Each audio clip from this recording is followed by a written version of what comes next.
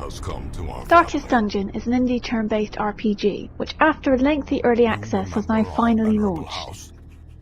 I first delved into its depths of darkness and insanity back near the start of its early access period, when only half of the areas were available and you had far less choice in adventurers.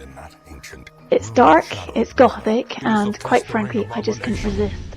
I beg you. Now, I'll be the first to admit it's not the most exciting game to watch, but it can make for some rather compulsive gaming. And I can't really list just one element that makes it so. The wide range of classes available, I would say, is one reason, and these aren't your average RPG classes either. In fact, many of them appear almost as dark and monstrous as the spawns of plague and evil they battle. For example, the occultist that uses weird magic to heal, and the abomination that spits plague and transforms into a beast. The skills these classes use are extremely well designed. They both suit the characters' personas and make for some captivating party dynamics. If you're used to RPGs where you just throw your favourite characters in the team and charge them into ranks of enemies, then you're in for a surprise with this one. Because the majority of classes can only function in certain positions in your party. Melee can only attack near the front, healers can only heal near the back, and range can generally only hit enemies away from the front of the enemy unit. If you throw a team together without bearing this in mind, then you could end up with a team where half your members are forced to stand idle. Not massively helpful when you are frantically battling waves of godforsaken beasts. There's also the matter of sanity to bear in mind, as your adventurers can only take so much pestilence and abomination before they crack. Sometimes you might be lucky and they might discover some hidden strength, but most of the time they'll take on a negative trait and start acting unpredictably.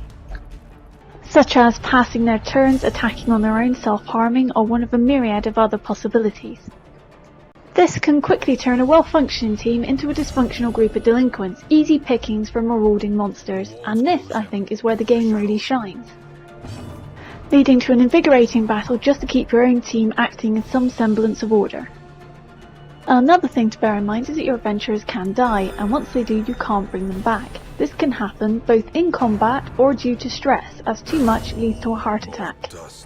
Thankfully, new heroes are easy to come by, as they arrive by the stagecoach full each day, and recruiting them doesn't cost you a penny, making them the cheapest resource in the game. So, if one goes crazy and you can't afford to rehab them, you can just sack them or let them die in a dungeon.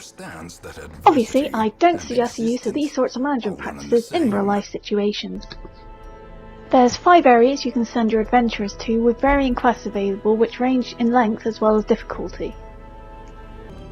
The longer ones allow you to camp during the dungeon, giving your team some well-needed respite, but also possibly opening them up to attack.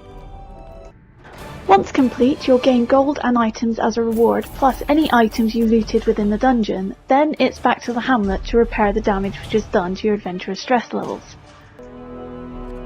The hamlet is your central hub area where you can rest your weary travellers, heal them of diseases and character traits, and gear them up for the next excursion. This game isn't exactly a conventional RPG, but I love it. It's polished, well thought out, and has a great visual style. Just be sure to keep the therapist on standby. The old road will take you to hell.